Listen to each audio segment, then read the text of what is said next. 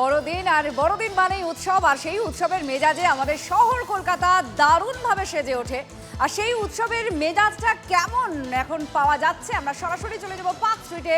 আমাদের সঙ্গে আমাদের সহকর্মী সম্প্রীতি রয়েছে। সম্প্রীতি, আর বড়দিন গরম হবে না ঠান্ডা হবে এই নিয়ে মাঝে মাঝে আমরা চর্চা করি, কিন্তু আজ ভালো ঠান্ডা পড়েছে, জমিয়ে উপভোগ করার মতো পার্ক স্ট্রিটে আজকে মানুষকে পাওয়া যেতে পারে। এই মুহূর্তের ছবি একটু বলো, কারণ দারুণভাবে সেজে উঠেছে পার্ক স্ট্রিট। প্রতি বছরের মতো এবছরও সেই একই ছবি। কতটা উপভোগ্য হয়ে উঠেছে সাজসজ্জা, মানুষের আনাগোনা? আত্রেয়া, তুমি প্রথমেই যেরকম বললে যে প্রত্যেক বছরের মতো এবারেও পার্ক স্ট্রিট সেজে উঠেছে। হ্যাঁ, আলোর মালায় সেজে উঠেছে পার্ক স্ট্রিট। এবং আত্রেই, তুমি আমরা দুজনেই জানি, এবং যারা প্রত্যেক বছর এই পার্ক স্ট্রিটের চেনা ছবির সঙ্গে পরিচিত তারা জানে যে এখন তো সবে ঘড়ির কাঁটা বলছে 5:39, মানে এখনো 6টাও ছোঁয়নি ঘড়ির কাঁটা।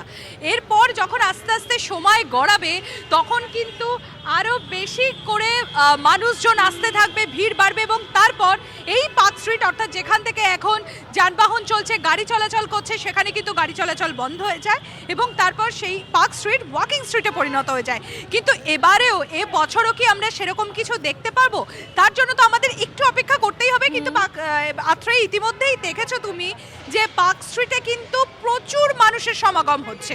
আর ঠিক এই জায়গা থেকে দেখাই তোমাকে যে এই যে প্রত্যেক বছর এত মানুষের সমাগম হয় পার্ক স্ট্রিটে, যে কারণে কড়া পুলিশি নিরাপত্তার ঘেরাটোপে থাকে এই গোটা পার্ক স্ট্রিট চত্বর। এবারেও ওয়াচ টাওয়ার করা হয়েছে, কড়া পুলিশি প্রহরার মধ্যে গোটা পার্ক স্ট্রিট এরিয়া রয়েছে।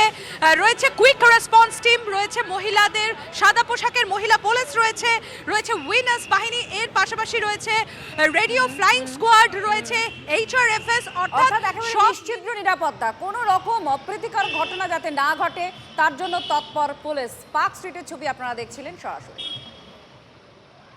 26শে সাধারণতন্ত্র দিবসের প্যারেডে ঠাঁই হলো না বাংলা ট্যাবলোয় অনুমোদন দিল না কেন্দ্র। বাংলার যে ট্যাবলো, সেই ট্যাবলোয় অনুমোদন দিল না কেন্দ্র। এর আগেও এরকম একটি ঘটনা ঘটে, সেক্ষেত্রেও রাজনৈতিক উদ্দেশ্য আছে বলে অভিযোগ তোলা হয়েছিল।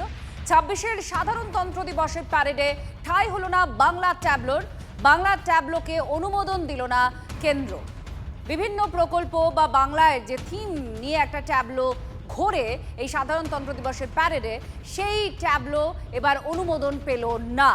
বাংলা ট্যাবলোয় অনুমোদন দিল না কেন্দ্র। ঠিক কি কারণ, কি বলা হচ্ছে আমরা জানবো। আমাদের সঙ্গে সায়ন্ত, আমাদের প্রতিনিধি রয়েছেন। সায়ন্ত, এর আগেও এরকম ঘটনা ঘটে, তখন রাজনৈতিক উদ্দেশ্যের অভিযোগ করা হয়েছিল, এখন কি কারণ জানা যাচ্ছে? দেখো, এবারও তৃণমূলের তরফে রাজনৈতিক উদ্দেশ্যেই অভিযোগ করছে, এবং যেটা তাদের অভিযোগ যে বাংলার মনীষীদের নিয়ে এই ট্যাবলো তৈরি করা হয়েছিল, এবং সেই ট্যাবলো তৈরি করার পরই বারবার করে বৈঠক করা হয়, 3বার মতো বৈঠক করা হয়, কিন্তু তারপরেও দেখা যাচ্ছে কেন্দ্রের তরফে কোনো অনুমতি মিলল না। অর্থাৎ এবারও 26শে জানুয়ারি দিল্লিতে যে বিভিন্ন রাজ্যের ট্যাবলো রাস্তায় নামবে, তার মধ্যে বাংলায় ট্যাবলো থাকবে না, এবং সেটা মূলত রাজনৈতিক উদ্দেশ্য।